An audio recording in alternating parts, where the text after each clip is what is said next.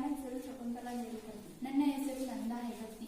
ನಾವು 9ನೇ ತರಗತಿಯ ವಿದ್ಯಾರ್ಥಿಗಳು. ಎಸ್ವಿಕೆ ಪ್ರೌಢಶಾಲೆ ಕಾದರವಳ್ಳಿ. ನಾವು ಮಾಡುವ ಪ್ರಾಜೆಕ್ಟ್ ಹೀಟ್ ಸೆನ್ಸಿಂಗ್ ಫ್ಯಾನ್. ಅದಕ್ಕೆ ಬಳಸುವ ಉಪಕರಣಗಳು Arduino bread board, wire, battery, DC relay, sensor. ಇದು ಹೇಗೆ ಕಾರ್ಯನಿರ್ವಹಿಸುತ್ತದೆ ಎಂದು ನೋಡೋಣ.